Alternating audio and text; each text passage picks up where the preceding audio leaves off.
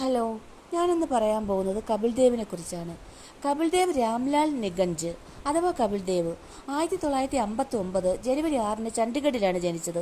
ഇന്ത്യയിൽ നിന്നുള്ള രാജ്യാന്തര ക്രിക്കറ്റ് താരമായിരുന്നു അദ്ദേഹം. രാജ്കുമാരി രാംലാൽ നിഗഞ്ചിന്റെയും മകനായിരുന്നു കപിൽ ദേവ്. തടി വ്യവസായമായിരുന്നു അവരുടെ കുടുംബത്തിൻ്റേത്. റോമി ഭാട്ടിയായിരുന്നു അദ്ദേഹത്തിന്റെ ഭാര്യ. അമിയ ദേവാണ് മകൾ. 1978-79 ഇന്ത്യയുടെ പാകിസ്ഥാൻ പര്യടനത്തിലൂടെയാണ് കപിൽ അന്താരാഷ്ട്ര ക്രിക്കറ്റിൽ അരങ്ങേറ്റം കുറിച്ചത്. അരങ്ങേറ്റ പരമ്പരയിൽ തന്നെ അദ്ദേഹം ശ്രദ്ധിക്കപ്പെട്ടു. ഈ പരമ്പരയിലെ 3-ാം ടെസ്റ്റിൽ തന്റെ ആദ്യ അർദ്ധശതകം തികച്ച കപിൽ പറത്തിയ 3 പടുകൂറ്റ സിക്സറുകൾ പിന്നീട് അദ്ദേഹത്തിന്റെ പ്രധാന സവിശേഷതയായ തകർപ്പനടികളുടെ തുടക്കമായിരുന്നു. ഒരു വർഷത്തിനു ശേഷം പാകിസ്ഥാന്റെ ഇന്ത്യൻ പര്യടന വേളയിൽ പരമ്പരയിലെ മികച്ച താരമായി അദ്ദേഹം തിരഞ്ഞെടുക്കപ്പെട്ടു. അതേ സീസണിൽ ഓസ്ട്രേലിയക്കെതിരെ ഇന്ത്യയിൽ അരങ്ങേറിയ പരമ്പരയിൽ ബാറ്റിംഗിലും ബൌളിംഗിലും അദ്ദേഹം ഒരുപോലെ തിളങ്ങി നിന്നു. ഈ പരമ്പരയിലെ ആദ്യ ക്രിക്കറ്റ് ടെസ്റ്റിൽ ഇന്ത്യയുടെ വാലറ്റത്ത് കപിൽ നടത്തിയ ചെറുത്തുനിൽപ്പ് ബാറ്റ്സ്മാൻ എന്ന നിലയിൽ അദ്ദേഹത്തിന്റെ വളർച്ച വിളിച്ചോതുന്നതായിരുന്നു. 1981-82 ഇംഗ്ലണ്ടിനെതിരെ നടന്ന 2 പരമ്പരകളിലും മാൻ ഓഫ് ദി സീരീസായി അദ്ദേഹം തിരഞ്ഞെടുക്കപ്പെട്ടു. 1983 ഇന്ത്യയുടെ നായകനായി തിരഞ്ഞെടുക്കപ്പെട്ടു.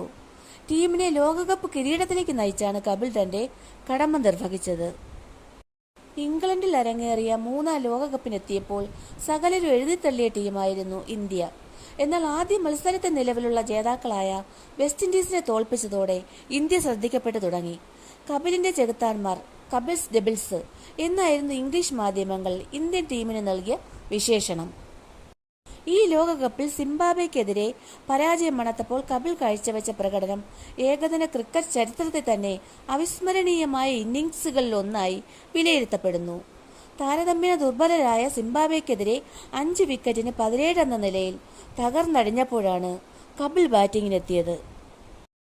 നായകന്റെ ഉത്തരവാദിത്വം ചുമലിലേറ്റി ശ്രദ്ധാപൂർവം കളിച്ച അദ്ദേഹം ഇന്ത്യൻ ഇന്നിംഗ്സിന്റെ അവസാന ഘട്ടത്തിൽ ആഞ്ഞടിച്ചു. 16 ഫോറുകളും 6 സിക്സറുകളും പറത്തി പുറത്താകാതെ നേടിയ 175 റൺസ് ഇന്ത്യയെ മത്സരത്തിലേക്ക് തിരിച്ചു കൊണ്ടുവന്നു. ബാറ്റിംഗ് പൂർത്തിയാക്കിയപ്പോൾ 8 വിക്കറ്റിന് 266 എന്നതായിരുന്നു ഇന്ത്യയുടെ സ്കോർ.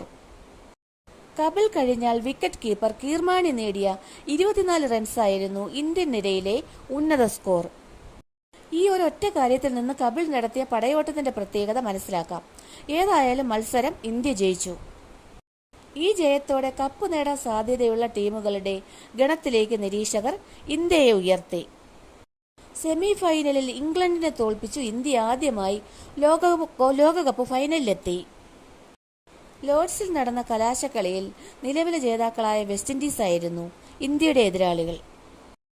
ആദ്യം ബാറ്റ് ചെയ്ത ഇന്ത്യ 183 എന്ന നിസ്സാര സ്കോറിന് പുറത്തായതോടെ വിൻഡീസ് വീണ്ടും ജേതാക്കളാകുമെന്ന് കരുതി.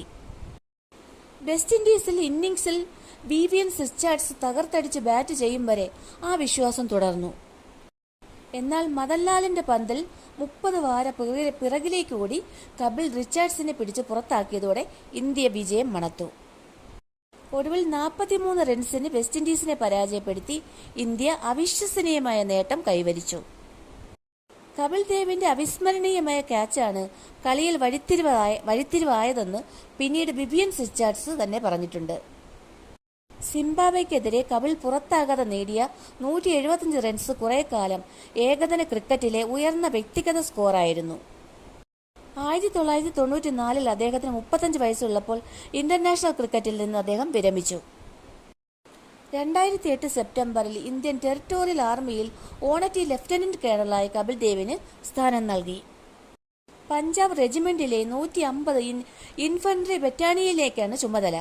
യുവജനങ്ങൾക്കിടയിൽ സൈന്യത്തിന്റെ അംബാസിഡറായി അദ്ദേഹം സേവനം ചെയ്യും.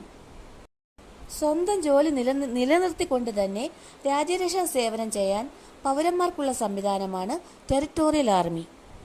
അദ്ദേഹത്തിന് കിട്ടിയ പ്രധാന അവാർഡുകൾ 1979-80 Arjuna award, 1982 Padma Shri, 1983 Wisden cricket of the year, 1991 Padma Bhushan, 2002 Wisden നൂറ്റാണ്ടിലെ ഇന്ത്യൻ ക്രിക്കറ്റർ.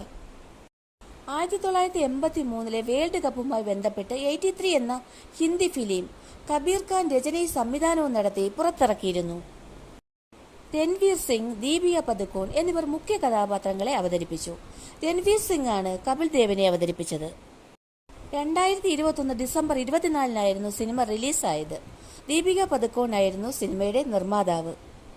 ക്രിക്കറ്റിന്റെ ചരിത്രത്തിൽ തന്നെ ധാരാളം ലോക റെക്കോർഡുകൾ നേടിയ കപിൽ ദേവ് ഒരു അത്ഭുതമായിരുന്നു എന്ന് തന്നെ നമുക്ക് പറയാം.